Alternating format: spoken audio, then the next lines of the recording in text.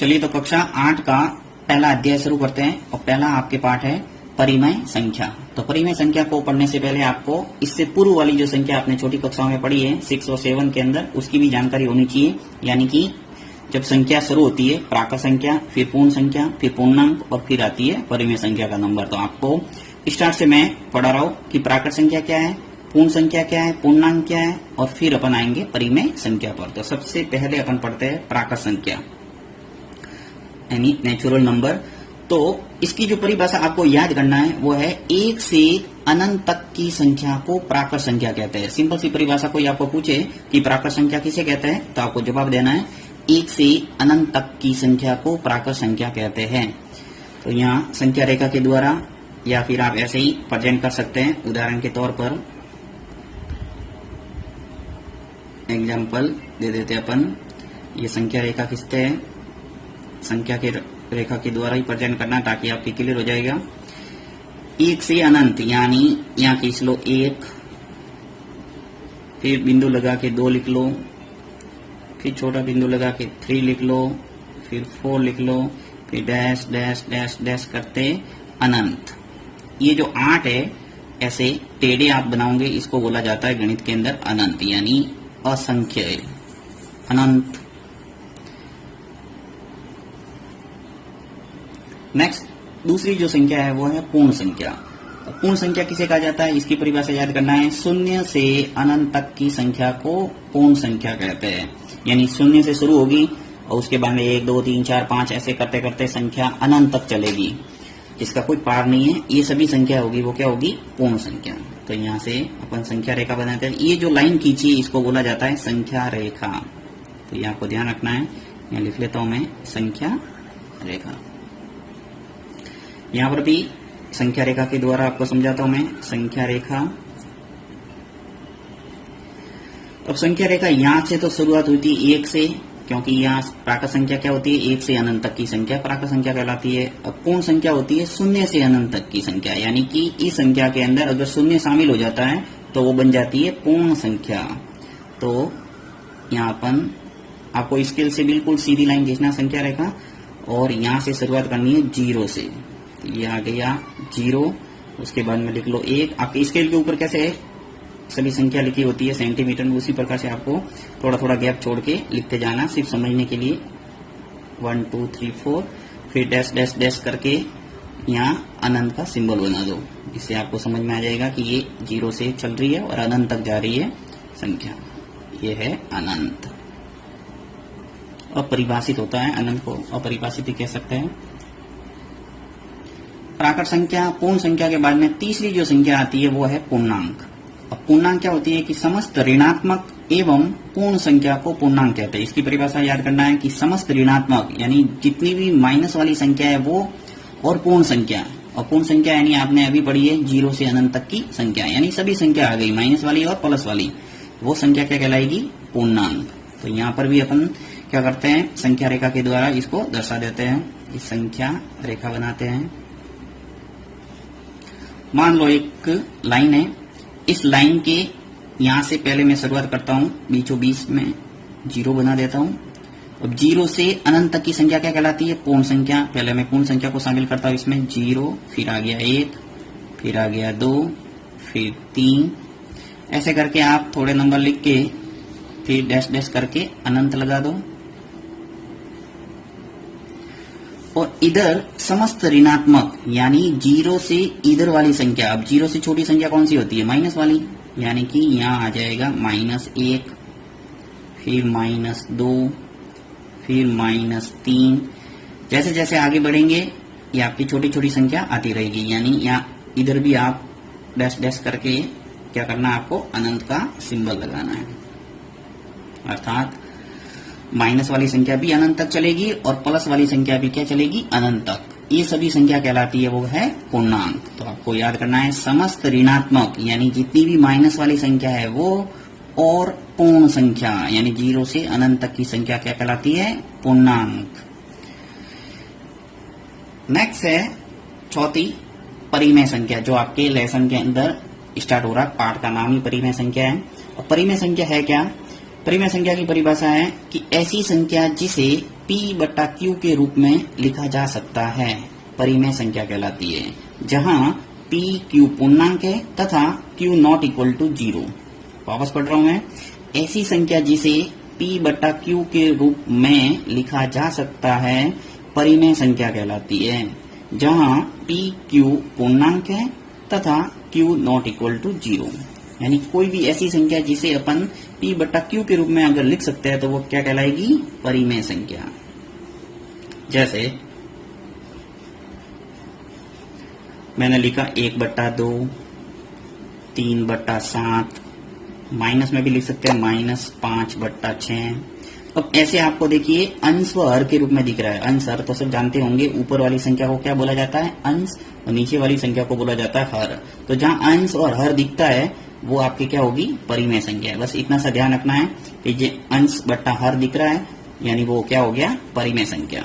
तो ऐसी सभी संख्या शामिल कर देंगे इसके अंदर जो अंश व हर के रूप में लिख सकते हैं, वो सभी संख्या क्या होगी?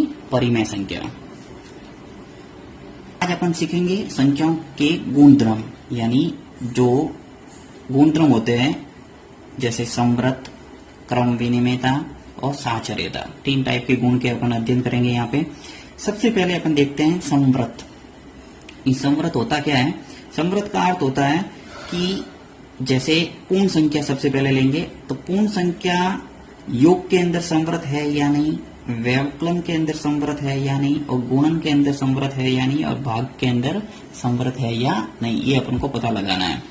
तो समवृत्त का अर्थ होता है कि 2 पूर्ण संख्याओं का यदि योग करें तो देखना है आपको कि वो भी संख्या जो आ रही है योग के रूप में वो पूर्ण संख्या है या नहीं। इसी प्रकार व्यवकलन करने पर जो संख्या अपन को प्राप्त हो रही है वो भी पूर्ण संख्या है या नहीं। तो इन सभी का इस प्रकार से अपन को जांच करना है कि ये पूर्ण संख्या योग के अंदर, व्यवकलन के अंदर, गुणन के अंदर और भाग के अंदर समवृत्त है या नहीं। तो देखिए कैसे। सबसे पहले अपन देखते हैं योग। तो पूर्ण संख्या की परिभाषा मैंने पहले बता दी है कि 0 से अनंत तक की संख्या क्या कहलाती है? पूर्ण संख्या है। यहां से मैं थोड़ा सा आउटलाइन बता देता हूं आपको। 0 से शुरू होती है 0, फिर 1, फिर 2, फिर 3, 4, डैश डैश डैश डैश और अनंत तक जाती है, यानी इनफाइनाइट चलती रहेगी, इसका कोई अंत नहीं है। तो यहाँ पे अपन थोड़ा एग्जांपल ले लेते हैं। जैसे मैं ले लेता हूं 0 और 1। एग्जाम्पल आप कोई भी देख सकते हैं। मैं 0 और 1 ले लेता हूं और इसका योग करता हूं तो मुझे क्या मिला? 1।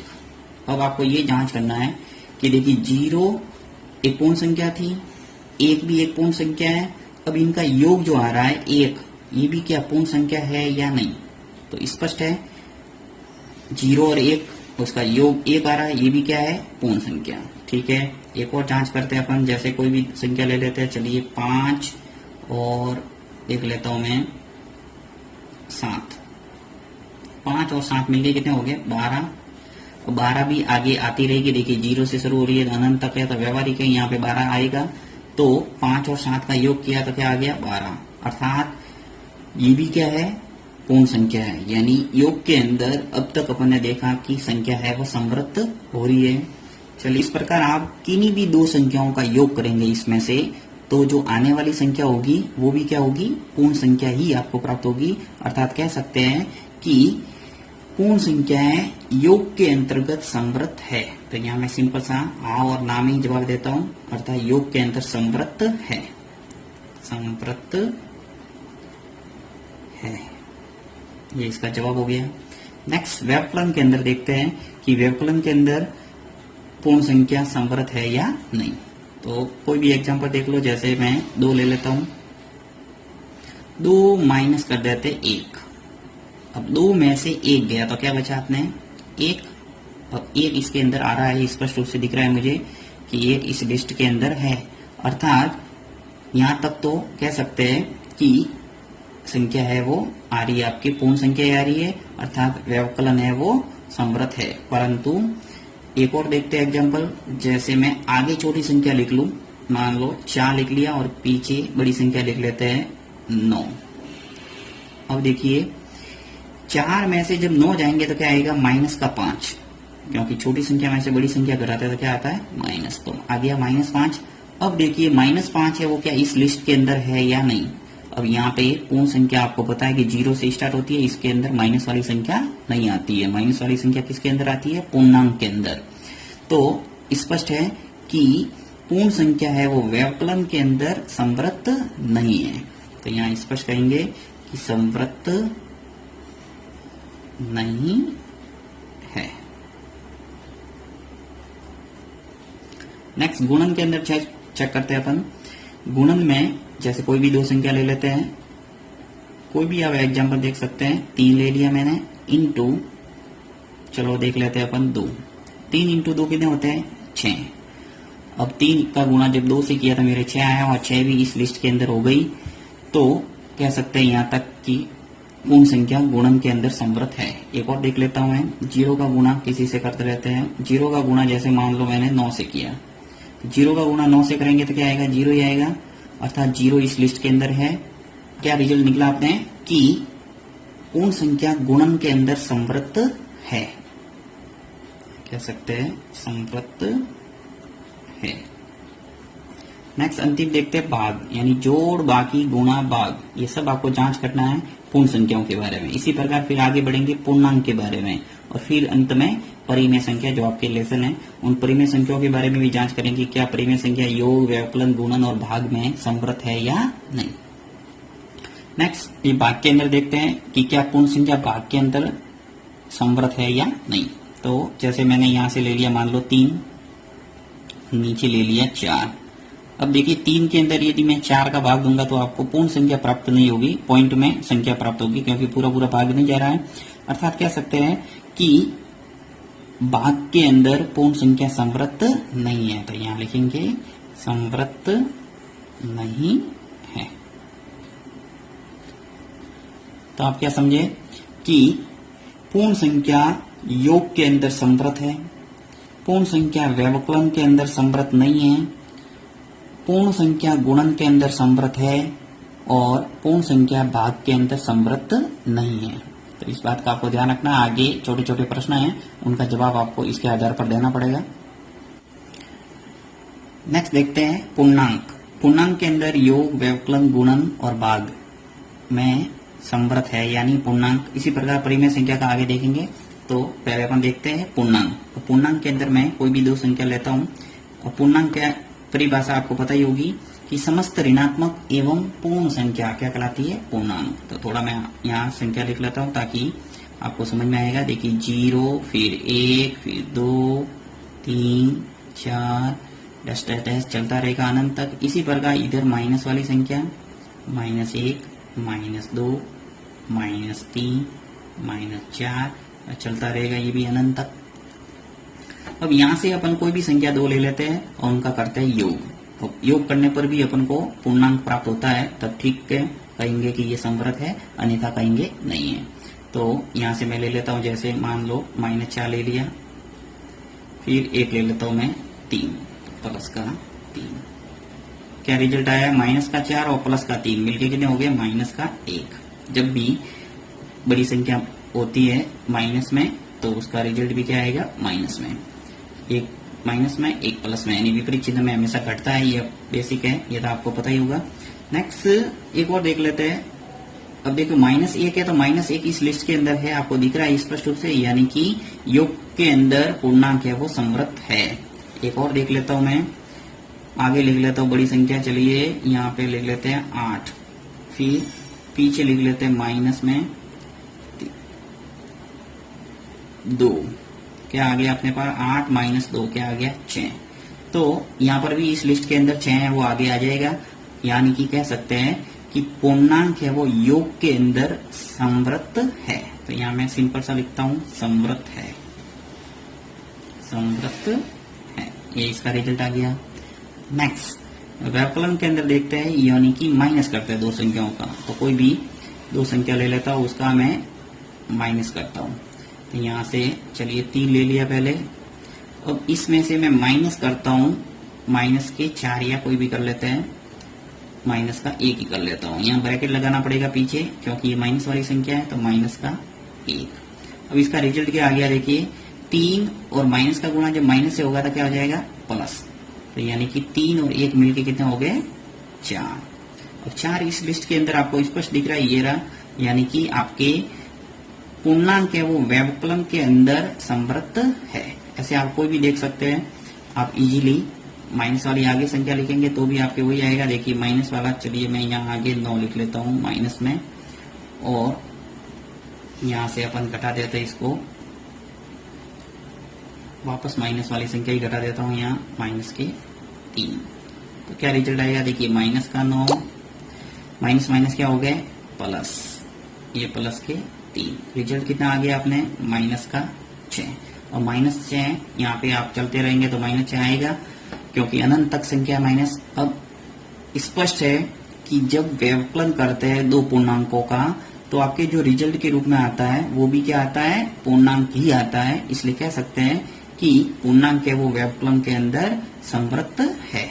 तो यहाँ लिखता हूं मैं संवृत्त है।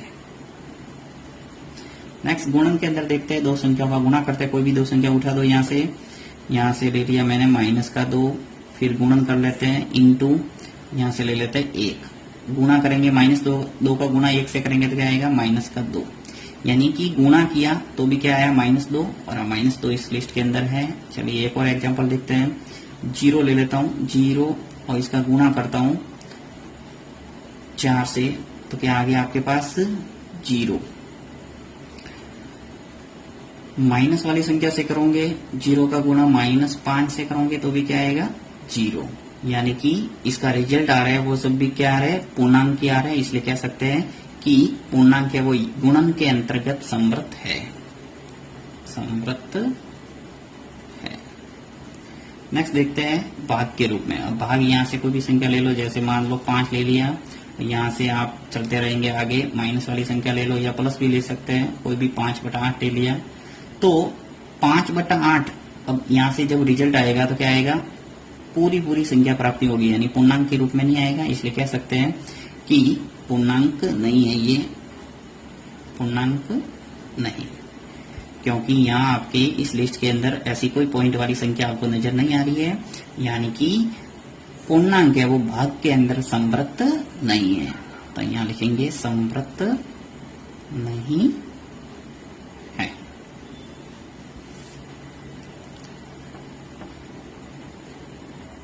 नेक्स्ट देखते हैं परिमेय संख्याओं के बारे में। तो परिमेय संख्या योग के अंदर संवृत्त है या नहीं, देखते हैं। कोई भी दो संख्या ले लो, जैसे मान लो 5 बट्टा मैंने ले लिया 6, और उसको जोड़ देता हूं मैं 2/3 के अंदर, तो 5/6 प्लस 2/3, तो इसको सॉल्व करेंगे तब 6 और 3 का एलसीएम निकालना पड़ेगा आपको। तो चलिए 6 और 3 का जो एलसीएम होगा वो क्या आ जाएगा 18, सॉरी 6 इसका एलसीएम हो जाएगा। अब एलसीएम निकालना यदि आपको नहीं आता है तो इससे संबंधित वीडियो बने हुए आप देख सकते हैं। 6 और 3 का एलसीएम आ गया 6 का भाग देंगे 6 में 1, और 1 का गुणा 5 से करेंगे तो 5, फिर प्लस 3 का भाग 2, 6 में 2, और 2 × 2 कितने हो जाएंगे 4, यानी कि आपके 5 और 4 मिलकर कितने हो गए 9, और 9/6। सरल करेंगे तो भी क्या आ जाएगा, ये 3 का भाग दोनों में जा रहा है तो 3 × 9 और 2, यानी कि आपके जो संख्या आ रही है 3/2, ये भी क्या है, एक परिमेय संख्या है। अर्थात कह सकते हैं कि परिमेय संख्या वो योग के अंदर संवृत्त है, संवृत्त है। चलिए व्यवकलन देखते हैं। व्यवकलन में भी दो परिमेय संख्या ले लेता हूं मैं, कोई भी देख सकते हैं आप एग्जाम्पल के तौर पे, जैसे 5/7 ले लिया, और माइनस कर दो आप 2/3 ही कर लेते हैं। 7 और 3 का जो एलसीएम होगा वो क्या आ जाएगा 21, 7 का भाग 2 21 में कितनी बार जाएगा 3 बार, 7 × 21, और 3 का गुणा 5 से करेंगे तो 15, 3 का भाग 2 21 में कितनी बार जा रहा है 7 बार, और 7 का गुणा 2 से करेंगे तो 14, 15 में से 14 गया 1/21, 1/21 भी अंश बटा हर का रूप है, यानी कि आपके ये भी क्या है परिमेय संख्या। तो कह सकते हैं कि परिमेय संख्या है वो भी क्या है, व्यवकलन के अंदर संवृत्त है, संवृत्त है। नेक्स्ट गुणन के अंदर देखते हैं, दो परिमेय संख्या का गुणा कर लेते हैं। जैसे मैंने मान लो 5/7 ले लिया, इंटू कर देते हैं अपन -2/2 ले लेते हैं, चलिए 6। तो गुणा करते देखिए 5 का गुणा -2 से करेंगे तो क्या आएगा -10। 7 का गुणा 6 से करेंगे तो 42। अब 10/42 तो अपन कह सकते हैं कि परिमेय संख्या वो गुणन के अंदर भी क्या है, समवर्त है, क्योंकि -10/42 क्या है, एक परिमेय संख्या है, अर्थात लिख सकते हैं समवर्त है। नेक्स्ट देखते हैं भाग। अब भाग के अंदर जैसे मान लो कोई मैंने संख्या ले ली 2/7 और उसके नीचे 0 ले लिया मैंने। 0 भी क्या है, एक परिमेय संख्या, मैंने बताया था आपको परिभाषा के अंदर।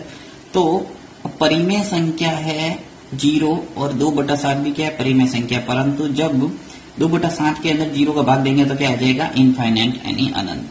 अर्थात साथ ही मैंने आपको परिमेय संख्या की परिभाषा बताते वक्त ये बताया था कि ऐसी संख्या जिसे p/q के रूप में लिखा जा सकता है और जिसमें q नॉट इक्वल टू क्या होना चाहिए, 0, यानी q है वो 0 नहीं होना चाहिए।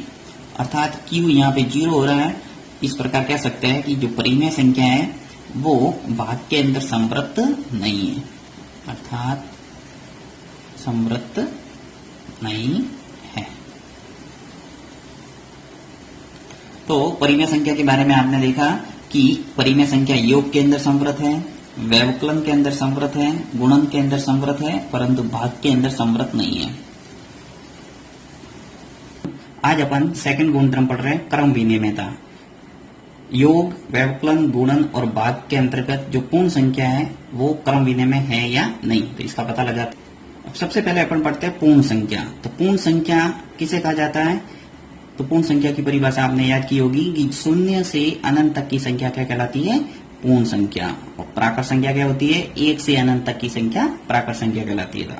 पूर्ण संख्या यहाँ थोड़ा मैं लिख लेता हूँ, 0 से अनंत तक की संख्या, तो 0, 1, 2, 3, 4 इस ढंग से चलती रहेगी अनंत तक, इनफाइनाइट। अब सबसे पहले अपन चेक करते हैं क्रम विनिमयता होता क्या है। क्रम विनिमय का अर्थ होता है कि योग के अंदर जैसे क्रम विनिमय अपन चेक करें तो आपको दो संख्या कोई भी देखना है। जैसे मैं यहाँ संख्या ले लेता हूँ 1 और 2, तो योग के अंदर अपन देखते हैं 1 + 2। अब इसका योग करें तो कितना क्या आ रहा है, 1 और 2 कितने हो गए, 3। अब इसका मैं क्रम चेंज करता हूँ, यानी 1 को पीछे लिखता हूँ और 2 को आगे लिखता हूँ। तो 2 को आगे लिखा और 1 को पीछे लिखा और फिर योग किया तो क्या आ गया, 2 और 1 जोड़ा कितना आ गया, 3। इसे बोला जाता है क्रम विनिमय, यानी क्रम को बदलना, क्रम को इंटरचेंज करना। तो क्रम जब बदला तो भी मेरे रिजल्ट में कोई अंतर नहीं है, अर्थात जो पूर्ण संख्या होती है वो योग के अंदर क्रम विनिमय है, ऐसे अपन कह सकते हैं। चलिए एक एग्जांपल और देख लेता हूं मैं। यहाँ मैं कोई भी एग्जांपल 3 + 4 करता हूं तो कितना आ रहा है, 3 + 4 7। और इसको मैं यदि बदल के लिखो, देखिए 4 आगे लिखता हूं और 3 को पीछे लिखता हूं तो दोनों है वो बराबर आएंगे। यानी 3 + 4 का है या 4 + 3 का है, इसमें कोई अंतर नहीं है, दोनों का उत्तर है वो क्या आ रहा है, 7 और 7 है। इसका अर्थ यह है कि जो पूर्ण संख्या है वो क्रम विनिमय का गुणधर्म है वो पालन करती है, अर्थात a + b बराबर है b + a। a और b क्या है, संख्याएं यहाँ, इसलिए कह सकते हैं कि ये क्रम विनिमय है। तो लिख दूं मैं कि योग क्रम विनिमय है। योग के अंतर्गत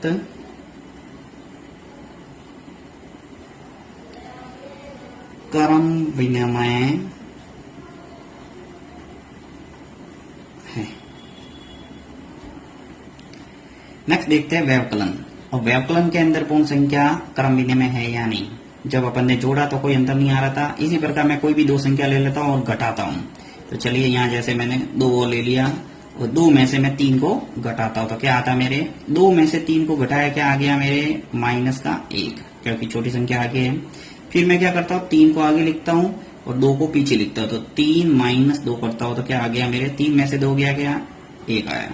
यानी जब मैंने क्रम बदला तो मेरे उत्तर में अंतर आ रहा है, एक में माइनस आ रहा है, एक में प्लस आ रहा है। इसलिए पूर्ण संख्या है वो व्यवकलन के अंदर क्रम विनिमय नहीं है। तो यहाँ कहेंगे व्यवकलन के अंदर क्रम विनिमय नहीं है। तो यहाँ सिंपल सा लिख लेता हूं मैं, कर्म विनिमय नहीं है। अब कोई भी उत्तर यहाँ आप एग्जाम्पल देख सकते हैं, 0 -1 करेंगे तो देखिए तो -1 आएगा, और 1 - 0 करेंगे तो 1 आएगा। कोई भी दो संख्याओं का आप देख लेना, आपके अंतर आएगा, इसलिए कह सकते हैं कि पूर्ण संख्या क्रम विनिमय व्यवकलन के अंतर्गत नहीं है।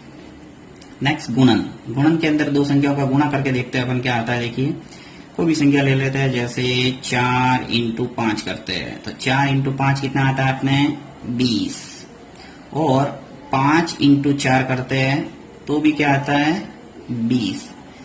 यानी क्रम को बदलना है। देखिए 4 × 5 किया और 5 × 4 किया, 5 को आगे लिखा 4 को पीछे लिखा, तो भी मेरे उत्तर में समान आ रहा है, 20 और 20 आ रहा है। अर्थात कह सकते हैं कि पूर्ण संख्या गुणन के अंतर्गत क्रम विनिमय है।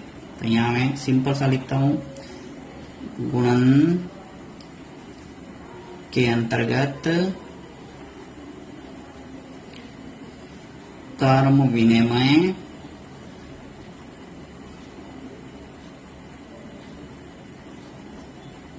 है।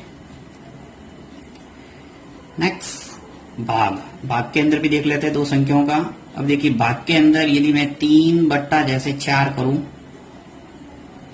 3 के अंदर मैंने 4 का भाग दिया, तो जो मेरे पास रिजल्ट आएगा, और 4/3 करूं तो मेरे जो रिजल्ट आएगा उसमें अंतर आएगा। यानी कि 3 के अंदर 4 भाग देंगे तो छोटी संख्या आएगी, और 4 के अंदर 3 का भाग देंगे तो बड़ी संख्या आएगी। यानी ये समान नहीं आएगा। इसलिए कह सकते हैं कि पूर्ण संख्या है वो भाग के अंतर्गत क्रम विनिमय नहीं है।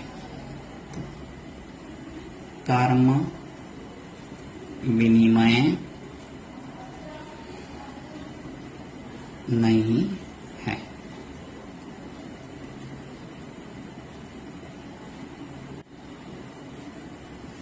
नेक्स्ट है पूर्णांक। तो पूर्णांक की परिभाषा होती है समस्त ऋणात्मक एवं पूर्ण संख्या क्या कहलाती है पूर्णांक। यानी सभी माइनस वाली संख्या और प्लस वाली संख्या वो सब क्या होती है पूर्णांक। तो यहाँ थोड़ी आउटलाइन लिख लेता हूं मैं। माइनस वाली संख्या -5, -4, -3, -2, -1 और 0 संख्या रेखा के रूप में मैंने बताया हुआ है तुम्हें। फिर 1, 2, 3, 4 ऐसे ऐसे अनंत तक चलेगा, और इधर भी अनंत तक चलता है। तो ये सब संख्या क्या है पूर्णांक। अब इनमें से कोई भी दो संख्या ले लेके अपन क्या करेंगे क्रम विनिमय की जांच करेंगे। तो योग के अंदर ये क्रम विनिमय का नियम पालन कर रही है या नहीं देख लेते हैं। कोई भी एक संख्या ले लेता हूं, जैसे मैंने ले लिया -5 ले लिया, और -5 प्लस करता हूं मैं 3, तो क्या आया मेरे पास -5 और 3 करेंगे तो क्या आएगा -2।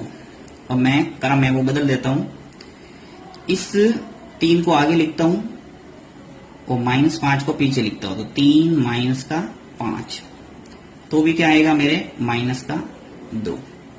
यानी क्रम को बदला तो भी मेरे उत्तर में कोई अंतर नहीं है। अर्थात कह सकते हैं कि पूर्णांक है वो योग के अंतर्गत क्रम विनिमय है। ऐसे लिख सकते हैं। देखिए -5 + 3 ये बराबर है किसके 3 - 5 के। इसलिए क्रम विनिमय है। क्रम विनिमय है। नेक्स्ट देख लेते हैं व्यवकलन। व्यवकलन के अंदर देखते हैं कोई भी दो संख्या। देखिए जैसे मैंने ले लिया, मैंने दो संख्या का एग्जांपल लिया है कि 4 -(-2) यहाँ माइनस वाली संख्या ले ली और बीच में माइनस लगा दिया, क्योंकि अपन को व्यवकलन की जांच करना है। एक प्लस वाली संख्या ली, एक माइनस वाली ली। अब 4 में से जब -2 घटाएंगे तो क्या आएगा आपने +6, क्योंकि माइनस माइनस क्या होता है प्लस। अब मैंने माइनस वाली संख्या को आगे लिख लिया और प्लस वाली संख्या को पीछे लिख लिया, और फिर मैंने घटाया, तो मेरे पास क्या आ रहा है -2 और -4 मिलके कितने हो रहे हैं -6। इस प्रकार आप क्या देखा कि जो पूर्णांक है वो व्यवकलन के अंतर्गत क्रम विनिमय नहीं है। एक प्लस आ रहा है, एक माइनस आ रहा है, तो यहाँ लिखेंगे क्रम विनिमय नहीं है। आप लिख लेना क्रम विनिमय नहीं है। नेक्स्ट है गुणन। गुणन की जांच करते हैं। चलिए यहाँ पे कोई संख्या ले लेता हूं, जैसे मैं -3 ले लिया और इसका गुणा करता हूं मैं 2 से, तो क्या आ गया मेरे पास -6।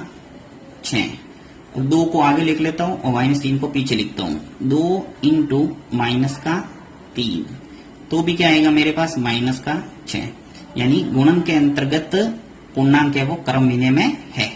तो यहां लिख लेना क्रम विनिमय है।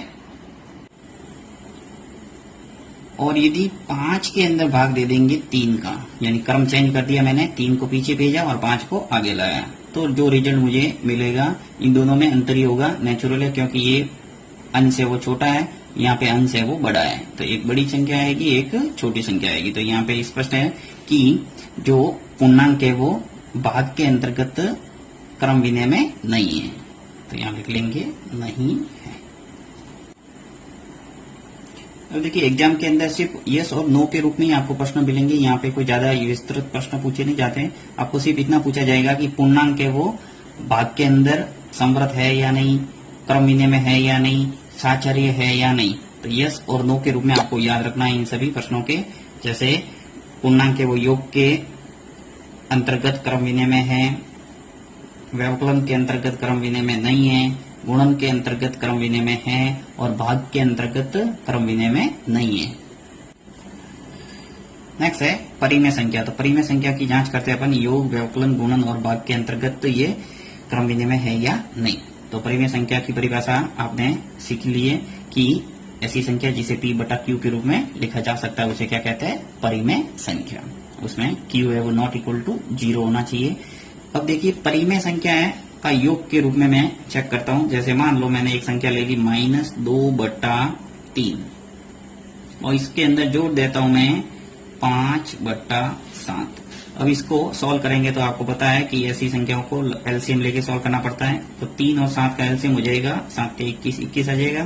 3 का भाग देंगे 21 में 7 और 7 का गुणा 2 से करेंगे 7 दूनी 14 माइनस के 14 फिर प्लस 7 का भाग देंगे 21 में 3 बार, 3 का गुणा 5 से करेंगे तो 15।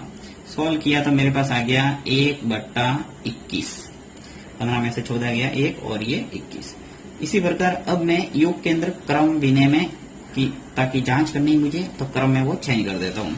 इसको पीछे भेजता हूँ 5/7 इसको आगे लिख लिया और -2/3 है इसको पीछे भेजता हूँ। तो -2/3। अब इसको वापस सॉल्व करते हैं अपन। सॉल्व किया तो वापस देखिए 7 और 3 का एलसीएम तो 21 ही आएगा, 21 आ गया। 7 का भाग देंगे 21 में 3 बार, 3 का गुणा 5 से किया तो 15 फिर माइनस 3 का भाग देंगे 21 में 7 और 7 का गुणा 2 से तो आ गया 14। जब इसको सॉल्व किया तो 15 में से 14 गया 1 और आ गया 21। तो देखिए जब -2/3 आगे था तो भी मेरे 1/21 आ रहा है और जो -2/3 पीछे चला गया तो भी सॉल्व किया तो क्या आ गया मेरे पास 1/21 ही आ रहा है। यहाँ पे देखिए ये माइनस है, यहाँ पे आगे प्लस कर सकते हैं, आप ब्रैकेट लगा के माइनस भी कर सकते हैं, बात वही है, आगे पीछे की है। तो यहाँ पे जब सरल करेंगे तो 1/21 आ रहा है, यानी आपके उत्तर में कोई चेंज नहीं है। इसलिए कह सकते हैं कि परिमेय जो संख्या है वो योग के अंतर्गत क्रम विनिमय है। इसका जवाब होगा यस। नेक्स्ट व्यवकलन। व्यवकलन के अंदर इसी प्रकार अपन चेक करते हैं। जैसे मैंने ले लिया 2/3 में से मैं घटा देता हूं -5/4। अब जब इसको सॉल्व करेंगे तो क्या स्थिति बन रही है, देखिए 3 और 4 का एलसीएम आ जाएगा 12। 3 का भाग 2 12 में 4 बार, 4 × 2 8 फिर माइनस 4 का भाग 2 12 में कितनी बार 3 बार जा रहा है और 3 में 3 × 5 करेंगे तो कितना आ जाएगा 15। तो आ जाएगा आपके उत्तर -7/12। 5/4 को आगे लिखा और मैंने माइनस कर देता हूं मैं 2/3 को। तो क्या स्थिति बन रही है, देखिए 4 और 3 का एलसीएम आ जाएगा 12। सरल करेंगे तो 4 का भाग 2 12 में 3, 3 × 5 15 माइनस 3 का भाग 2 12 में 4, 4 × 2 8। तो आ जाएगा मेरे पास 7/12। तो दोनों में उत्तर है वो अलग अलग आ रहा है, यहाँ माइनस आ रहा है 7/12 और यहाँ आ रहा है प्लस में 7/12। अर्थात कह सकते हैं कि परिमेय संख्या है वो व्यवकलन के अंतर्गत क्रम विनिमय नहीं है, क्योंकि ये समान नहीं आ रहा है। जब अपन ने क्रम चेंज किया तो उत्तर है वो चेंज हो रहा है। नेक्स्ट गुणन। गुणन के अंदर चेक करते हैं, कोई भी दो संख्या ले लो आप और उसका गुणा करके देख लो। तो जैसे -3 7/3 का गुणा कर लेते अपन 6/5 ले लिया। तो अब इसका गुणा करते हैं, अंश का गुणा अंश से, हर का गुणा हर से करना है। तो -7 का गुणा 6 से करेंगे तो -42, 3 का गुणा 5 से करेंगे तो 15। तो उत्तर आ रहा अपने -42/15। अब इसको मैं क्रम विनिमय कर रहा हूँ, यानी क्रम चेंज कर रहा हूँ। तो 6/5 आगे लिख लिया, इंटू करते हैं -7/3। तो उत्तर में कोई चेंज होता है या नहीं। तो 6 का गुणा 7 से करेंगे माइनस से, तो आ जाएगा -42, और 5 का गुणा 3 से करेंगे तो 15 के 15 आएंगे। यानी कि उत्तर में कोई चेंज नहीं हो रहा है, आपके उत्तर समान आ रहा है। इसलिए कह सकते हैं कि जो परिमेय संख्या है वो गुणन के अंतर्गत क्रम विनिमय है। इसका उत्तर है वो यस है। नेक्स्ट भाग के अंदर देखते हैं। तो भाग में जैसे दो संख्या ले लेते हैं, तो 5/4 के अंदर अपन भाग देते हैं, मान लो 3/7 का। तो जो मुझे उत्तर आएगा, प्राप्त होगा, वो सेम नहीं होगा। 3/7 के अंदर जैसे भाग दे देंगे -5/4 का। मैंने क्रम चेंज कर दिया, -5/4 पीछे लिख लिया और 3/7 है वो आगे लिख लिया। तो इसका उत्तर है वो अलग अलग ही आएगा। स्पष्ट है, आप सॉल्व करके देख लेना। तो इस प्रकार कह सकते हैं कि जो परिमेय संख्या है वो भाग के अंतर्गत क्रम विनिमय नहीं है। प्रश्न वाली 1.1 उसका पहला प्रश्न शुरू कर रहे हैं। पहला प्रश्न है आपके कि उचित गुणधर्मों के उपयोग से निम्नलिखित का मान ज्ञात कीजिए। आपको प्रश्न दे रखा है कि -2/3 इंटू 3/5 प्लस 5/2 -3/5 इंटू 1/6। अब इस प्रश्न को सॉल्व करना है। अब देखिए, इसका सिर्फ आपको उत्तर ही निकालना, मान लो, तो बहुत इजी है। सिंपल सा आपको गुणा करना है यहाँ, और यहाँ पर भी गुणा करना, और फिर अंत में आप लसापा लेके इसको सॉल्व करके उत्तर ला सकते हैं एक ही स्टेप के अंदर। परंतु आपको यहाँ स्पष्ट प्रश्न के अंदर दे रखा है कि उचित गुणधर्मों के उपयोग से निम्नलिखित का मान ज्ञात कीजिए। तो आपको जो गुणधर्म यहाँ लगने चाहिए वो आपको लगाने पड़ेंगे, तभी आपको परीक्षा के अंदर पूरे नंबर मिलेंगे। तो चलिए इसको करते हैं, कैसे करना है आपको।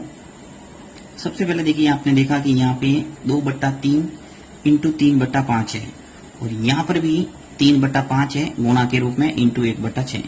तो सबसे पहला काम होगा कि 3/5 वाली जो स्टेप है, इसके पास में ये 3/5 वाली स्टेप लाना।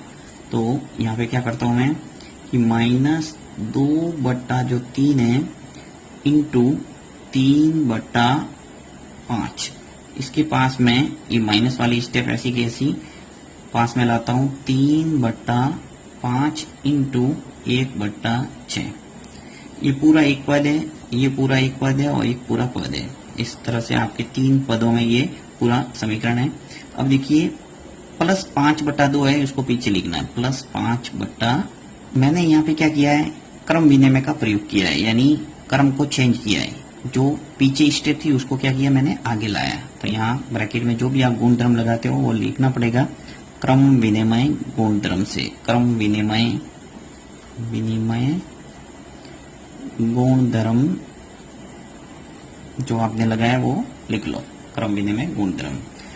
अब आपको क्या करना है, -2/3 इंटू 3/5 है, और यहाँ -3/5 इंटू 1/6 है। तो ये पूरा पद और इस पद में से 3/5 है वो कॉमन ले लो, यानी कॉमन लेने का अर्थ है बाहर लेना है। 3/5 बाहर आ जाएगा, तो अंदर क्या बचेगा ब्रैकेट के अंदर माइनस, देखो यहाँ से 3/5 है वो बाहर आ गया, तो क्या बचा -2/3। तो -2/3, यहाँ से माइनस ऐसा का ऐसा, यहाँ से 3/5 है वो बाहर आ गया, तो क्या बचा 1/6, ब्रैकेट बंद। पीछे जो +5/2 है ये ऐसा का ऐसा। ये जो मैंने कॉमन लिया है 3/5, यहाँ पे जो गुणधर्म लगाया है उसका नाम होता है वितरण नियम से। ये मैंने कॉमन ले लिया। वितरण नियम यही है। क्या होता है देखिए, थोड़ा अपन समझ लेते हैं इसको, वितरण नियम को। वितरण नियम का अर्थ होता है जैसे AB + AC है, तो यहां से A और A अगर बाहर ले लें तो अंदर क्या बचेगा B + C। यहां से B रह गया, यहां से C बच गया। और वापस देखें तो A का गुणा B से करे तो क्या आ जाएगा AB, और A का गुणा C से करे तो क्या आएगा AC। अब इसको सरल कर लेते हैं। देखिए 3/5 ऐसा का ऐसा, यहाँ से आपको एलसीएम लेना पड़ेगा। तो एलसीएम 3 और 6 का एलसीएम क्या आ जाएगा 6। कि 6 है वो एलसीएम कैसे है देखते हैं अपन। सबसे पहले हमेशा ध्यान रखना है जो भिन्न दे रखी है 2/3 और 1/6, यहाँ से हर का आपको एलसीएम लेना है। तो 3 और 6 का एलसीएम 6 आ रहा है। कैसे आ रहा है? तो 3 और 6 का एलसीएम निकालते हैं। एलसीएम निकालने का तरीका यही है, आपको सबसे पहले देखना है कि 2 का भाग जाता है तो देना है। यहाँ पे 3 और 6 के अंदर आपकी किसी भी एक संख्या में 2 का भाग जाना चाहिए। यदि नहीं जाता है तो 3 का देंगे। तो पहले 2 का जा रहा है 6 में तो दे दूंगा मैं, तो 2 का भाग गया। अब 2 का भाग जिसमें नहीं जाता है वो संख्या ऐसी कैसी, देखिए 3 के अंदर नहीं जा रहा, 3 ऐसा का ऐसा, 6 में जा रहा है 3 बार तो 3 लिख लिया। फिर नेक्स्ट वापस देखना है 2 का भाग जा रहा है या नहीं जा रहा। यहाँ 3 और 3 है तो 2 का नहीं जाएगा, अब 3 का जाएगा। तो 3 का भाग दे दिया, एक बार गया और इसमें भी एक बार गया। अंत में जब एक एक आ गया यानी एलसीएम आपके निकल के हो गया तैयार। एलसीएम क्या आ जाएगा? 2 का गुणा 3 से करना है, तो 2 × 3 कितने हो गए? 6। तो इस ढंग से आपके एलसीएम आ रहे हैं 6। अब इसको सॉल्व करते हैं अपन। 3 का भाग दे दो 6 में। सबसे पहले भाग देते हैं नीचे वाली संख्या का, यानी हर का भाग देना है लसप के अंदर। तो 3 का भाग दो 6 में, कितना आ गया? 2। जो रिजल्ट आता है उसका गुणा इस ऊपर वाले अंश से करना है। तो जब मैं 2 का गुणा 2 से करूंगा तो क्या आएगा? 4, और यहाँ माइनस है तो माइनस आ जाएगा 4। माइनस है बीच में, माइनस लिख लो पहले ही।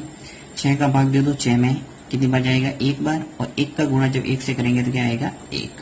तो इस ढंग से आपके ये सरल हो गया। फिर प्लस 5/2 सरल करो वापस 3/5 ऐसा का ऐसा। अब देखिए यहाँ पे माइनस का 4 और माइनस का 1 मिल गए, कितने हो गए? माइनस के 5। माइनस माइनस जुड़ता है और /6। फिर प्लस 5/2। अब यहाँ पे देखिए 3/5 बाहर है और ये ब्रैकेट है, तो यहाँ पे क्या करते हैं? ब्रैकेट को हटा देते हैं। तो 3/5, जब ब्रैकेट को हटाएंगे तो बीच में आ जाएगा गुणा का निशान, माइनस 5/6 प्लस 5/2। ये स्टेप है अपने। अब ऊपर नीचे यदि कटता है कोई संख्या तो काटना है। तो देखिए यहाँ पे गुणा के रूप में 5 से 5 कैंसिल कर दो, 5 से 5 कैंसिल हो गया, और 3 का भाग है वो 6 में जा रहा है, कितनी बार? 2 बार। तो यहाँ से स्टेप में यहाँ लिख रहा हूँ। तो देखिए यहाँ क्या रह गया? 3 का भाग 3 में कितनी बार गया था? 1 बार। 5 में भाग 5 का 1 बार गया था, और यहाँ पर भी 1 बार। तो इस ढंग से जो संख्या बची है वो लिख लेते हैं। 1 का गुणा 1 से कर दो, 1 ही आएगा, और यहाँ पे 1 का गुणा 2 से कर दो तो क्या आएगा? 2। यहाँ देखिए माइनस था तो माइनस आपको रखना है साथ में। फिर प्लस 5/2, ये ऐसा का ऐसा। और वापस आपको एलसीएम लेना पड़ेगा। देखिए 2 नीचे और यहाँ पर भी 2 नीचे है, तो एलसीएम निकालने की जरूरत ही नहीं। आपके समान संख्या है तो आंख बंद करके लिख लो, नीचे एलसीएम वही आएगा 2 का 2।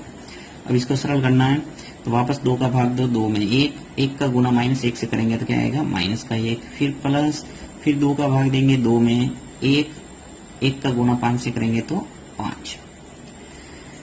तो माइनस का 1 और प्लस का 5 मिलके कितने हो गए? प्लस का 4, और नीचे आ जाएंगे आपके 2। अब 4 में 2 का भाग देंगे तो क्या आएगा? आपके 2। तो इस ढंग से आपके इसका जो आंसर है वो क्या आएगा? 2।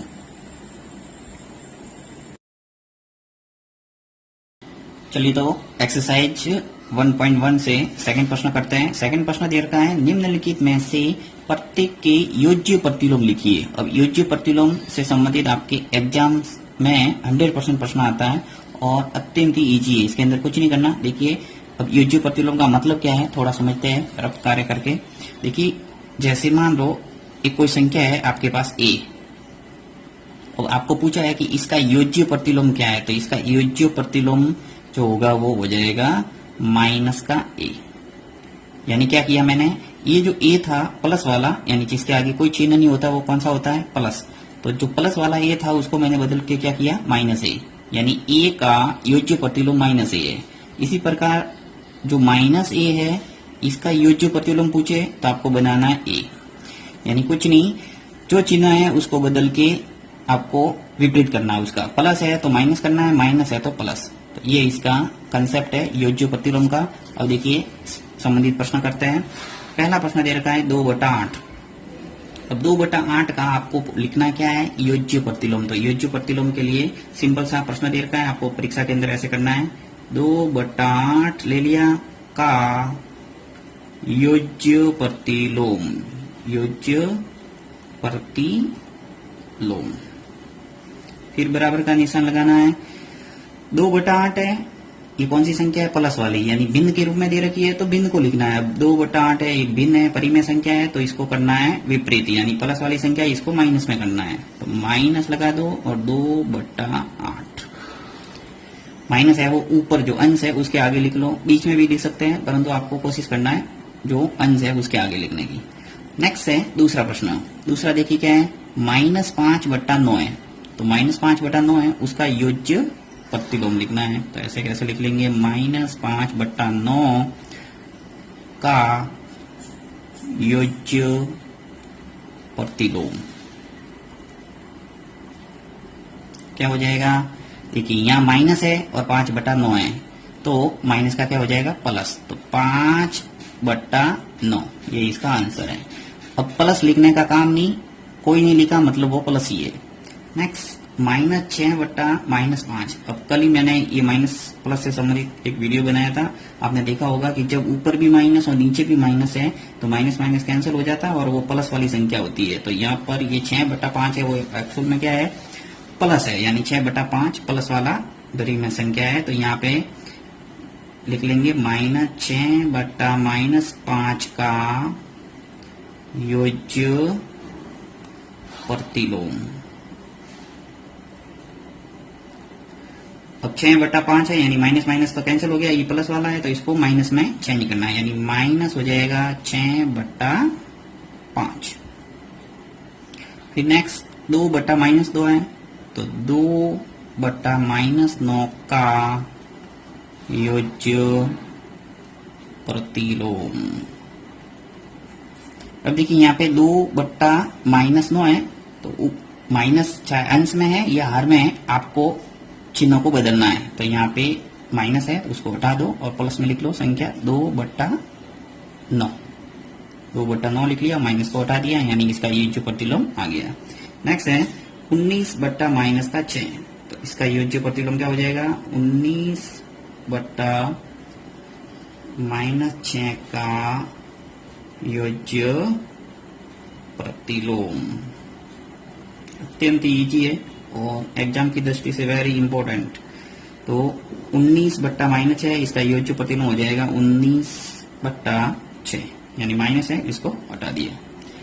तो तीसरा प्रश्न क्या है कि x बराबर 11/15 और दूसरा जो प्रश्न दे रखा है x बराबर -13/17 के लिए सत्यापित कीजिए -x बराबर x, यानी आपको एक व्यंजक दे रखा है, इसको सत्यापित करना है इन संख्याओं के लिए, यानी ये जो परिमेय संख्या है इनके लिए सही है या गलत है, ये आपको प्रूव करना है। तो सबसे पहले मैं पहला प्रश्न लेता हूं और देखते हैं ये क्या आता है। देखिए पहला प्रश्न दे रखा है आपको x बराबर है 11/15, यानी ये मान आपको रखना है। अब सत्यापित क्या करना है, ये तो यहाँ लिख लेते हैं अपन -x ब्रैकेट बंद बराबर x। अब दोनों साइड में, यानी लेफ्ट हैंड साइड और राइट हैंड साइड, इन दोनों साइड में यदि बराबर बराबर अपने भिन्न आ जाता है तो ये प्रूव हो जाएगा। तो सबसे पहला देखिए माइनस लिखा, ब्रैकेट लगाया, ये माइनस, और x का मान आपके कितना है 11/15, तो यहाँ मैं लिख रहा हूं 11/15 ब्रैकेट बंद, फिर बराबर x का मान 11/15 है, तो यहाँ पर भी लिख लेता हूं 11/15। अब देखिए यहाँ पे हमेशा ध्यान रखना है, जब ब्रैकेट खोलते हैं तो क्या आता है, गुणा का निशान। यहाँ कुछ नहीं है संख्या, तो एक मान सकते हैं, तो जब मैं खोलूंगा तो यहाँ पे अभी गुणा का निशान आएगा, यानी बाहर वाली संख्या का अंदर वाली संख्या से गुणा होता है। तो माइनस का गुणा जब माइनस से होगा तो क्या हो जाएगा, प्लस। कुल मिला के आपको बाहर माइनस मिले और ब्रैकेट के अंदर माइनस मिले तो माइनस का गुणा माइनस से करना है और क्या आ जाएगा, प्लस। तो अर्थात आ जाएगा 11/15। जब भी ब्रैकेट खुलेगा तो आ जाएगा 11/15 और इधर भी आपकी क्या है 11/15, यानी कि दोनों साइड बराबर आ गई, अर्थात ये इति सिद्धम। आपको लिखना है कि ये प्रूव हो गया, इंग्लिश में लिखे तो एंड्स प्रूव, इति सिद्धम। चलिए नेक्स्ट प्रश्न करते हैं दूसरा दे रखा है, इसके अंदर x बराबर -13/17, इसको भी इस व्यंजक के अंदर लगाते हैं सॉरी यहाँ पे लिख लिया पहले ही मैंने, और ब्रैकेट लगाना ये माइनस एक्स बराबर एक्स।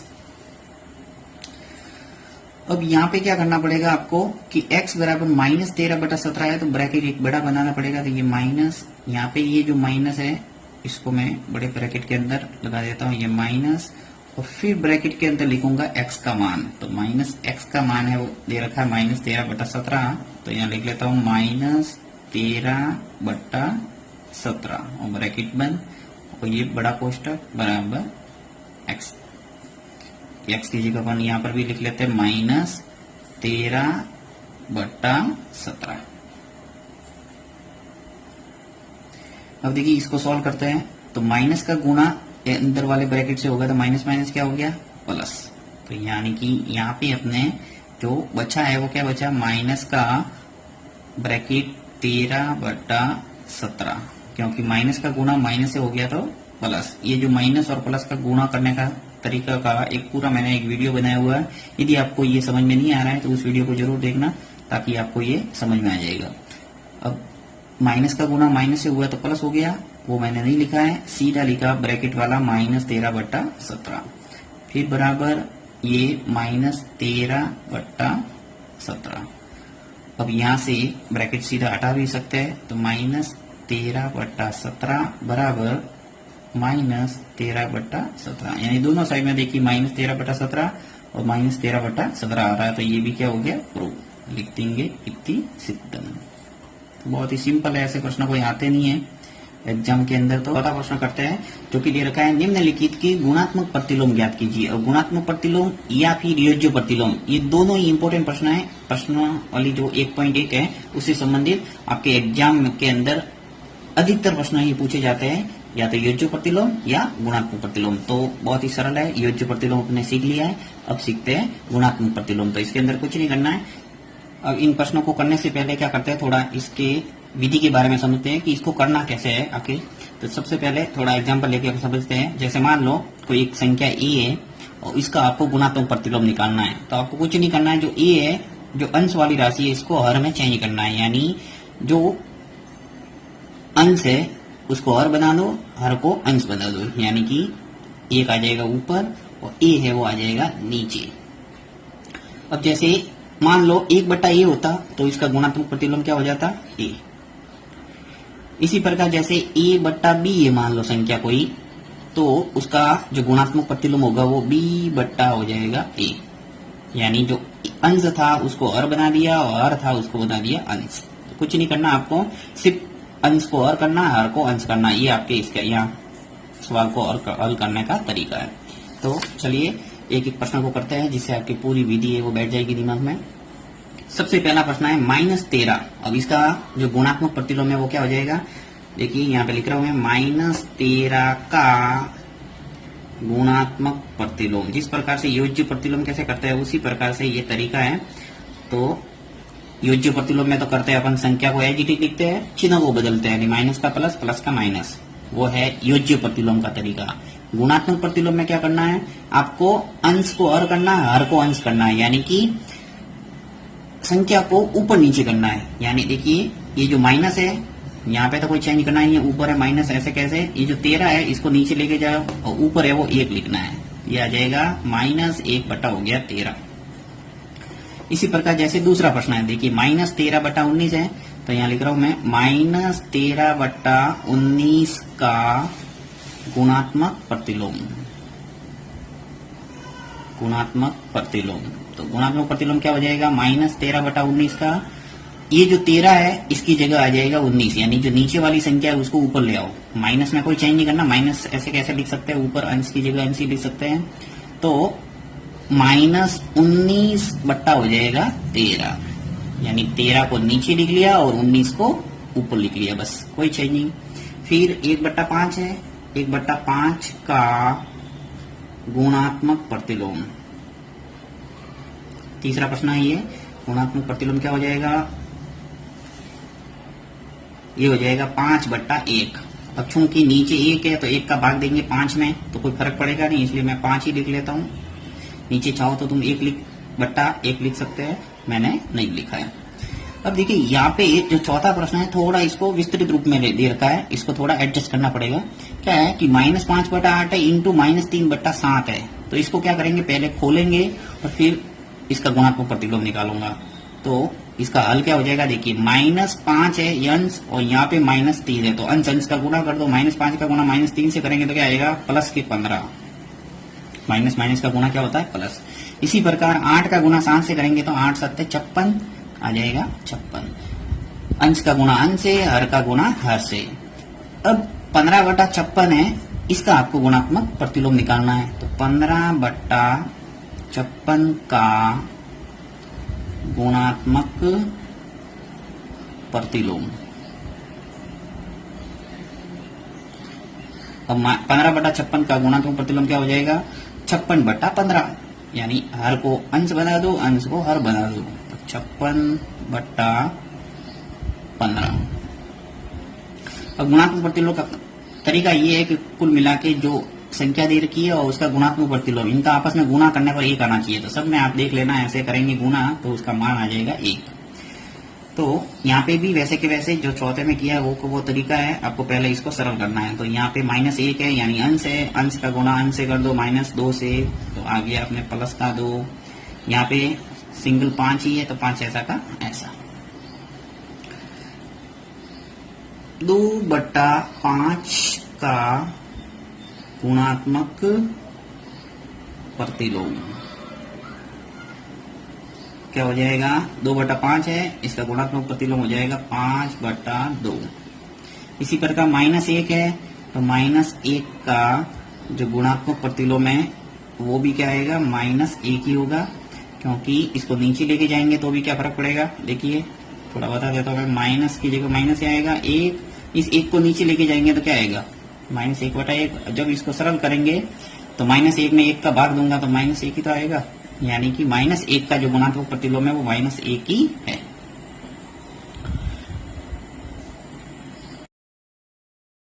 एक 1.1 उसमें से अपन ने 1 से लगाकर 4 तक प्रश्न बहुत ही अच्छे ढंग से समझ लिए हैं। आज अपन कर रहे हैं 5वां प्रश्न, और 5वां प्रश्न बहुत ही इजी है। इसके अंदर सिर्फ आपको गुण द्रव्यों का नाम ही बताना है।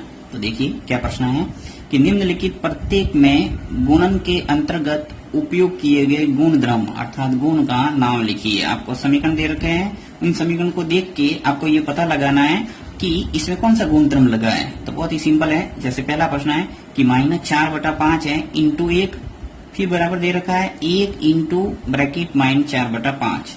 तो जब इसको सॉल्व किया तो आया बराबर -4/5। तो देखिए ये क्या है, इस प्रश्न को थोड़ा समझते हैं अपन कि जब ऐसी स्थिति आपके आती है तो आपको किस ढंग से करना है। तो देखिए जैसे मान लो कोई संख्या है अपने पास, जैसे मैंने लिखा 5 -5 और इसका गुणा मैं 1 से करूंगा तो मेरे पास जो रिजल्ट है वो क्या आएगा, -5। यानी 1 का गुणा जब -5 से करेंगे तो -5 आएगा। इसी प्रकार क्या करता हूं मैं, इस 1 का गुणा इंटू कर देता हूं -5 से, यानी -5 को पीछे लिख लिया। अब 1 का गुणा -5 से करेंगे तो भी क्या आएगा, -5। तो इस टाइप का जो ये गुण द्रव्य है वो कहलाता है 1 का गुणात्मक तस्मक। यानी 1 का गुणा किसी भी संख्या से करते हैं वही संख्या अपन को मिलती है, चाहे वो 1 आगे हो या पीछे हो। तो यहाँ पे यही बात हो रही है। देखिए -4/5 का गुणा कर दिया 1 से, फिर 1 आगे लिख लिया और पीछे लिख दिया -4/5। तो दोनों स्थिति में आपके वही आएगा -4/5। तो ऐसे गुण द्रव्य को कहा जाएगा 1 का गुणात्मक तस्मक। तो यहाँ आपको उत्तर के रूप में सिर्फ ये लिखना है, 1 का गुणात्मक तस्मक, गुणात्मक तस्मक, ये आपको याद रखना है। बस सिंपल सा 1 का गुणात्मक तस्मक इस गुण द्रव्य का नाम है। नेक्स्ट है -13/17 इंटू -2/7। तो बराबर आ गया -2/7 इंटू -13/17। तो देखिए यहाँ पर क्या हो रहा है कि -13/17 था वो आगे था, इसको पीछे ले लिया -13/17, और जो -2/7 था उसको आगे लिखा -2/7। तो यहाँ पर भी क्या कह रहा है ये कि कोई संख्या है, जैसे मान लो 5 का गुणा अपन 3 से करें तो क्या आ रहा है, 5 इंटू 3 कितने हो गए, 15। मैंने प्लस वाली संख्या ली है, कोई फर्क नहीं पड़ता, सिर्फ समझना है। देखिए 5 इंटू 3 कितना आ रहा 15। यदि मैं 3 को आगे लिखूं और 5 को पीछे लिखूं तो भी क्या आएगा, 3 इंटू 5 क्या होगा 15। यानी इस गुणधर्म को कहा जाएगा क्रम विनिमयता। यानी क्रम को यदि बदला जाए और संख्या सेम ही रखा जाए तो गुणा में कोई फर्क नहीं पड़ता, और इस गुणधर्म का जो नाम है वो है क्रम विनिमयता।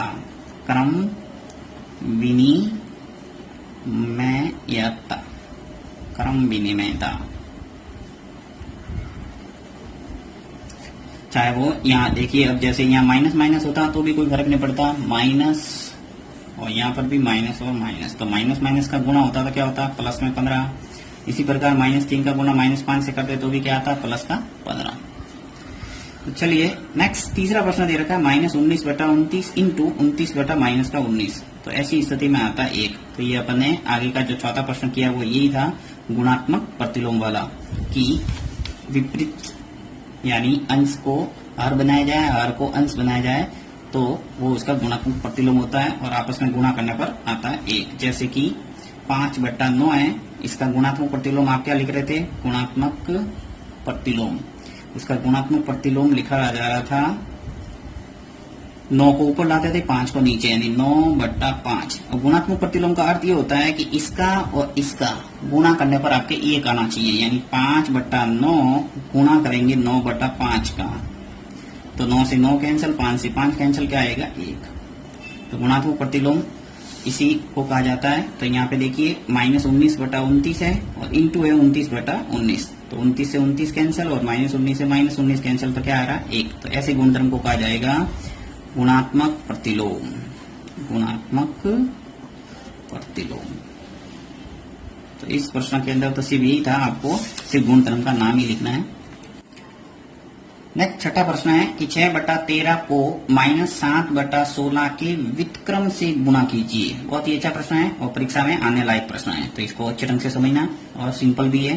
6/13 को -7/16 के व्युत्क्रम से गुणा करना है, तो हल कैसे करेंगे इसको, 6/13 लिख लिया। अब गुणा करना है किससे, -7/16 के व्युत्क्रम से। तो व्युत्क्रम का अर्थ होता है उल्टा करना है, यानी -7/16 है, इसका उल्टा करना है, अंश को हर बनाना है, हर को अंश बनाना है। ऐसे समझ सकते हैं कि व्युत्क्रम और गुणात्मक प्रतिलोम दोनों एक ही है, अर्थात मैं माइनस जो 16 है उसको ऊपर ले आता हूं और 7 को नीचे ले आता हूं, यानी अंश को हर कर दिया, हर को अंश कर दिया, ये आएगा इसका व्युत्क्रम। और इससे ही अपन को गुणा करने का बोला इसने। तो 6 का गुणा जब 16 से करेंगे तो अपने पास आ जाएगा 96, 96। और माइनस है, अब यहाँ प्लस है, तो प्लस का गुणा जब माइनस से करते तो क्या आता है माइनस, तो ऊपर माइनस आ जाएगा एज इट इज। और 13 7 91, तो यहाँ आ जाएगा 91। यही इसका क्या है आंसर। अब देखिए इसको थोड़ा समझ में नहीं आया है तो थोड़ा साइड में लेके इसको और थोड़ा बताता हूं मैं।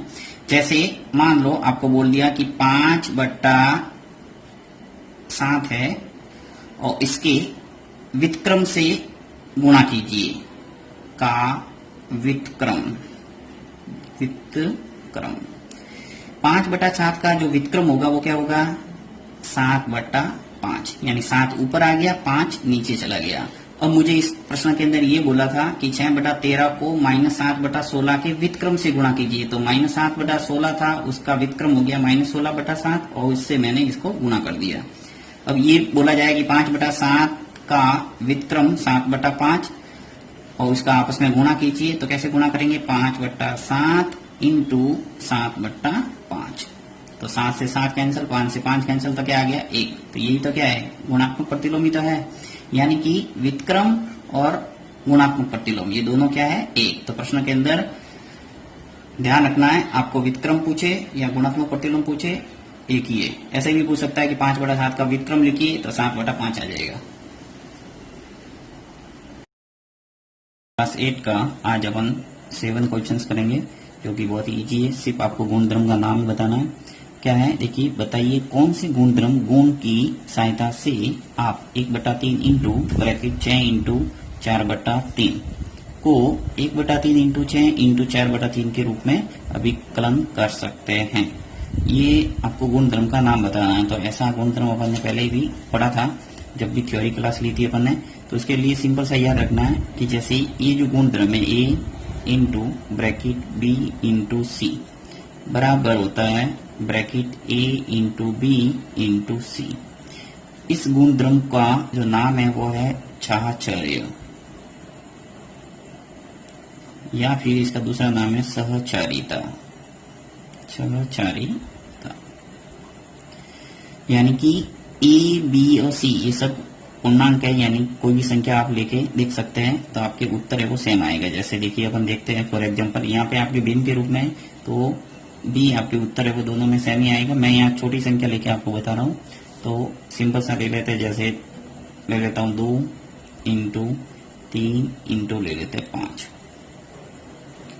अब देखिए 2 ए की जगह मैंने 2 लिखा है, बी की जगह 3 लिखा है, सी की जगह 5 लिखा है। तो 2 इंटू 3 इंटू 5 करते हैं। तो अब इसको मैं करता हूँ सॉल्व। तो सॉल्व करता हूँ तो क्या होगा, देखिए 2 लिखा इंटू, पहले ब्रैकेट वाली राशि सॉल्व करेंगे तो 3 का गुणा 5 से करूंगा क्या आएगा 15, और ब्रैकेट को खोल देता हूँ तो आ जाएगा 15। फिर 2 इंटू 15 करेंगे तो क्या आएगा 30। यानी जब मैंने इस स्टेप को सॉल्व किया तो ऐसी स्थिति में आ रहा है 30।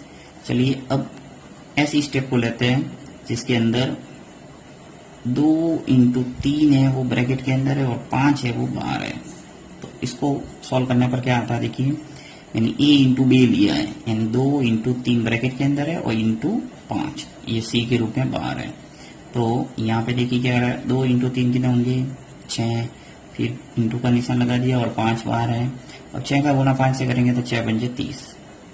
तो आपने क्या देखा कि दोनों स्थिति ये और ये दोनों स्थिति में उत्तर है वो सेम आ रहा है 30 और 30, अर्थात ऐसे गुणधर्म को कहा जाएगा सहचारिता। तो आप इसको भी करके इजीली देख सकते हैं 1/3 इंटू 6 इंटू 4/3 और ए, इन दोनों का जो आंसर है वो सेम ही आएगा। तो सिर्फ आपको यहाँ तो यही है कि गुणधर्म का नाम लिखना है, ऐसे गुणधर्म को कहेंगे सहचारिता। तो अल के रूप में आपको लिखना है सहचारिता,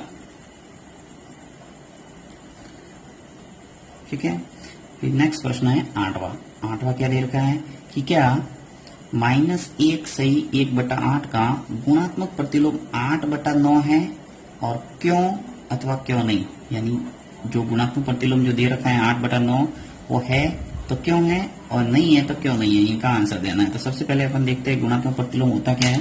और मैंने पहले भी आपको बताया था कि गुणात्मक प्रतिलोम जो होता है वो क्या होता है, जैसे 2/3 है। अब इसका गुणात्मक जो प्रतिलोम होगा, गुणात्मक प्रतिलोम इसका व्युत्क्रम यानी उल्टा, 3 को ऊपर लाएंगे और 2 को नीचे, यानी जब इनका आपस में गुणा करता तो 1 आना चाहिए। जैसे देखिए 2/3 इंटू करूंगा 3/2, तो 3 से 3 कैंसिल, 2 से 2 कैंसिल, यानी आंसर के रूप में क्या मिल गया अपन को 1। तो अपन ऐसे समझ सकते हैं कि यदि दोनों का गुणा करने पर 1 आता है यदि, तो अपन कहेंगे कि संबंधित जो संख्या दे रखी है वो गुणात्मक प्रतिलोम है। और यदि 1 नहीं आता है प्लस का तो कहेंगे गुणात्मक प्रतिलोम नहीं है। तो यहाँ पे देखते हैं अपन, चलिए इसको मैं सॉल्व करता हूँ। देखिए क्या -1 से 1/8 का गुणात्मक प्रतिलोम 8/9 है। तो इसको मैं सॉल्व करता हूँ, -1 कर रहे अपन -1 से 1/8, इसको सॉल्व करते हैं। अब देखिए सॉल्व करने का तरीका, मिश्र बिंदु सरल बिंदु कैसे करते हैं, 8 का गुना पहले 1 से करो तो इतना आ गया 8, और 8 और 1 कितने हो गए 9, और माइनस है तो माइनस आएगा ही, तो -9/8। अब अपन गुणा करके देखते हैं कि -9/8 है, इसका गुणा करते हैं 8/9 से, क्योंकि इसने बोला है कि -1 से 1/8 का गुणात्मक प्रतिलोम क्या है 8/9। तो -9/8 आ गया जो रिजल्ट, इसका गुणा करते 8/9 से, क्या आपने 1 आ रहा है या नहीं। तो चलिए काटता है इसको, 8 से 8 कैंसिल हो गया और 9 से 9 कैंसिल हो गए। अब 1 तो आ रहा है परंतु यहाँ माइनस है, इसलिए क्या आएगा -1। तो उत्तर के रूप में अपन को ये लिखना पड़ेगा, यहाँ लिखेंगे चूंकि गुणनफल 1 नहीं है इसलिए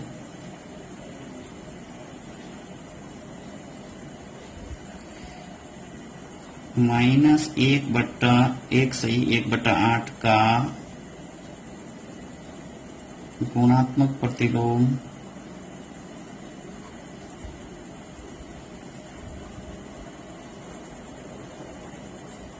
8/9 नहीं है। ये आपको आंसर के रूप में उत्तर देना है। यदि यहाँ पे मेरे -1 की जगह +1 आया होता तो मैं लिखता कि -1 से 1/8 का गुणात्मक प्रतिलोम 8/9 है। तो ये इसके रूप और 9 के रूप में ऐसे ही उत्तर देना आपको। नेक्स्ट 9वां प्रश्न भी आपके वैसा का वैसा दे रखा है। देखिए पूछा है कि क्या 3 से 1/3 का गुणात्मक प्रतिलोम 0.3 है, क्यों अथवा क्यों नहीं। तो इसका भी आंसर उसी प्रकार से देना है। सबसे पहले अपन हल करेंगे इसको, जो मिश्र भिन्न है वो 3 सही 1/3। अब इसको सॉल्व करते हैं। तो मिश्र भिन्न को सरल करने का तरीका बहुत ईजी है। 3 का गुणा 3 से करेंगे, यानी कि जो पूर्ण संख्या उससे गुणा करना नीचे वाली हर का। 3 × 3 कितने हो गए 9। 9 में इस अंश को जोड़ना है, कितने हो गए 10। तो 10/3 10/3। अब अपन जांच करते हैं कि जो गुणात्मक प्रतिलोम दे रखा है 0.3 वो है या नहीं। तो इसके लिए सिंपल सा आपको इसका गुणा करना है और 1 लाना है। यदि 1 आता है तो कहेंगे गुणात्मक प्रतिलोम है। तो यहाँ पे चेक करते हैं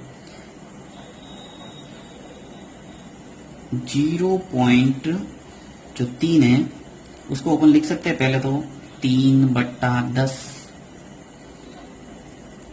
अब इसको मैंने कैसे लिखा, देखिए 0.3 था, इसको मैंने लिखा 3/10, क्योंकि यहाँ एक संख्या वाले पॉइंट था तो मैंने एक शून्य लगा दिया। ये पॉइंट लगाना और हटाना ये मैंने अच्छे ढंग से एक वीडियो में बताया हुआ है। यदि आपको नहीं आ रहा है समझ में तो आप इजीली देख सकते हो उसको भी। यहाँ पर भी थोड़ा बहुत बता देता हूँ। देखिए सिंपल सी बात है कि जब भी जैसे कोई संख्या है, मान लो 2.35 ऐसी कोई संख्या है और वहां से आपको ये रफ कार्य कर रहा हूं मैं, 2.35 आपको दे रखा है मान लो। अब यहाँ से पॉइंट मुझे हटाना है तो मैं क्या करूंगा 235 लिख दिया, पॉइंट हटा दिया, परंतु मुझे नीचे है वो 100 लिखने पड़ेंगे। अब 100 कैसे आए, पॉइंट के बाद में आपको देखना है कि आगे कितनी संख्या है, 1 और 2 संख्या है तो नीचे 2 जीरो लगाना है, यानी 1 तो लिखना ही है, उसके आगे 2 जीरो यानी 100 लिखना है। यदि आपके पॉइंट के आगे 1 संख्या है तो 10 आएगा, पॉइंट के आगे 3 संख्या है तो 1000 आएगा। जैसे फॉर एग्जाम्पल देखिए जैसे 5.8 है तो यहाँ लिखूंगा मैं सॉल्व करने के लिए 58, यानी हो गया 5 एक पॉइंट अटक गया और नीचे लिखूंगा 10, क्योंकि यहाँ पॉइंट के आगे कितनी संख्या थी 1। अंक देखना है कितने डिजिट है वो, संख्या चाहे कितनी भी बड़ी छोटी उससे कोई मतलब नहीं, डिजिट कितने हैं वो। 1 डिजिट है तो 1 शून्य आ जाएगा, 2 डिजिट है तो 2 शून्य आ जाएगा, बस ऐसे याद रखना है। और पॉइंट लगाना और हटाना दोनों सीखना है। अब देखिए जैसे मान लो पॉइंट यहाँ से अपन ने हटाया, अब ऐसा आपको मिले कहीं तो पॉइंट लगा भी सकते हैं। तो पॉइंट लगाने का तरीका क्या होगा, नीचे 2 शून्य दिखे तो आपको राइट हैंड साइड से 2 डिजिट बाद में पॉइंट लगाना। जैसे देखिए यहाँ 1 और 2 शून्य है तो यहाँ पे 1 और 2 संख्या गिन के पीछे पॉइंट लग जाएगा। जैसे देखिए 5 लिखा, फिर 3 लिखा, यहाँ पॉइंट आ जाएगा और यहाँ 2, यानी 2 डिजिट के बाद में मैंने पॉइंट लगा दिया 1 और 2। इसी प्रकार यहाँ पर भी। तो चलिए प्रश्नों पे आते हैं। अब यहाँ पे 0.3 है उसको मैंने लिखा 3/10। अब यहाँ जांच करता हूं मैं कि क्या ये गुणात्मक प्रतिलोम है या नहीं। तो जांच करता है, देखिए 10/3 है, 10/3 इंटू करते हैं 3/10। ये तो अपन को दे रखा था और इसका गुणात्मक प्रतिलोम दे रखा है 0.3, इसको मैंने 3/10 किया, 3/10 का गुणा कर दिया तो 3 से 3 कैंसिल हो रहे हैं और 10 से 10 कैंसिल हो रहा है। तो उत्तर क्या आ रहा है 1, यानी अपने जो चाहिए वही मिल रहा है। तो लिखेंगे क्योंकि गुणनफल 1 है इसलिए जो 3 सही 1/3 है का गुणात्मक प्रतिलोम 0.3 है या नहीं है। क्योंकि यहाँ पे गुणनफल है वो एक ही आ रहा है और एक ही अपन को चाहिए था। चूंकि वहां पे जो 8वां प्रश्न है उसके अंदर -1 आ रहा था, इसलिए अपन ने लिखा था कि गुणांक में प्रतिलोम नहीं है। तो इस ढंग से इनका आंसर देना है।